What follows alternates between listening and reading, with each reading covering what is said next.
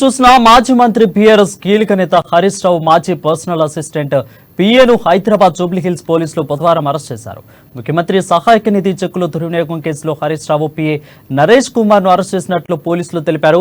ఇక గత ప్రభుత్వ హయాంలో సీఎంఆర్ఎఫ్ నిధులు దుర్వినియోగమయ్యాయని, అనర్హులకు చెక్కులు అందించారని మెదక్ జిల్లా నారాయణఖేడ్ కు చెందిన రవినాయక్ ఫిర్యాదు చేశారు. తనకు మంజూరైన 5 లక్షల చెక్కును నరేష్ కుమార్ కాజేశారని ఆరోపించారు. ఇక జూబ్లీహిల్స్ పోలీస్ స్టేషన్లో ఫిర్యాదు చేయగా కేసు నమోదు చేసుకున్న పోలీసులు దర్యాప్తును ప్రారంభించారు. ప్రాథమిక విచారణ తర్వాత నరేష్ కుమార్ తో కలిసి మరోపాటు ముగ్గురిని అదుపులోకి తీసుకున్నారు.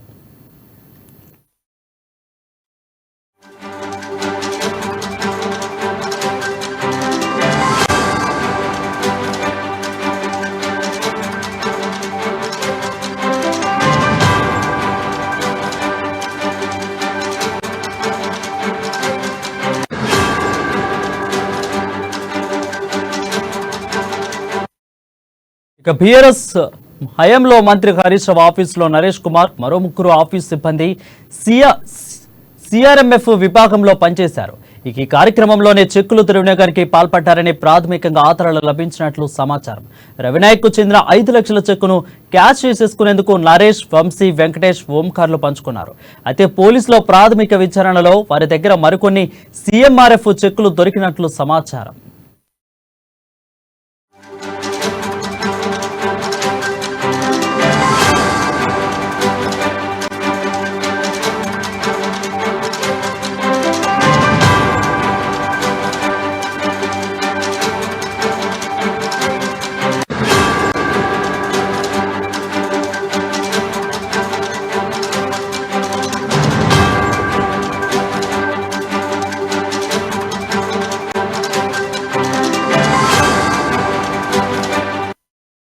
బ్రేకింగ్ న్యూస్ చూసిన మాజీ మంత్రి పిఆర్ఎస్ కీలక నేత హరీష్ రావు మాజీ పర్సనల్ అసిస్టెంట్ పిఏను హైదరాబాద్ జూబ్లీహిల్స్ పోలీసులు బుధవారం అరెస్ట్ చేశారు.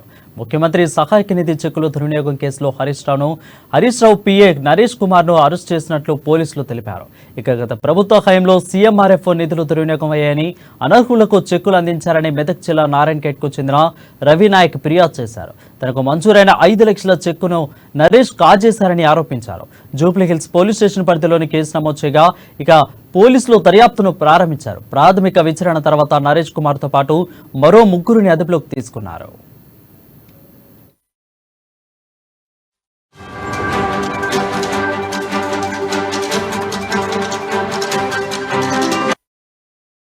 ఇక బీఆర్ఎస్ హయాంలో మంత్రి హరీష్ రావు ఆఫీసులో నరేష్ కుమార్, మరో ముగ్గురు ఆఫీసు సిబ్బంది సిఆర్ఎంఎఫ్ విభాగంలో పనిచేశారు. ఈ క్రమంలోనే చెక్కుల దుర్వినియోగానికి పాల్పడ్డారని ప్రాథమికంగా ఆధారాలు లభించినట్లు సమాచారం. రవినాయక్ కు చెందిన 5 లక్షల చెక్కును క్యాష్ చేసుకుని నరేష్, వంశీ, వెంకటేష్, ఓంకార్లు పంచుకున్నారు. పోలీసుల ప్రాథమిక విచారణలలో వారి దగ్గర మరికొన్ని సీఎంఆర్ఎఫ్ చెక్కులు దొరికినట్లు సమాచారం.